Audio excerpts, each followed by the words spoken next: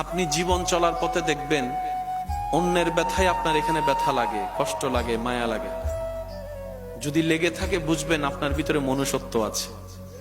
কিন্তু আপনার বিপদে কষ্টে দেখবেন যে আপনার আপন মানুষের চোখও পানি নেই, কিন্তু মুখের মধ্যে কোণার মধ্যে একটা হাসি আপনি খুঁজে পাবেন।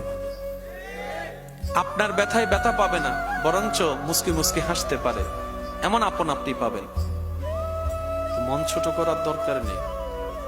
দুনিয়া যখন আপনাকে কষ্ট দেয়, মূলত দুনিয়া বুঝিয়ে দেয় তুই আমার পিছে কেন ঘুরছিস।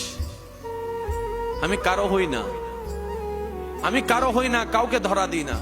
হ্যাঁ, যে আমার রবের হয় আমি দুনিয়া তার হই। আমি দুনিয়া কারো কথা শুনি না, আমি দুনিয়া কারো মন মতো চলি না। কিন্তু যে আমার রবকে খুশি করবে, আমার খালিকের গোলামি করবে, আমার মালিকের সন্তুষ্টির সামনে নিজের আমিত্ব সবকিছু বিলীন করে দিবে, আমি দুনিয়া তাকে বন্ধু রূপে গ্রহণ করে নিই। বলেন সুবহান।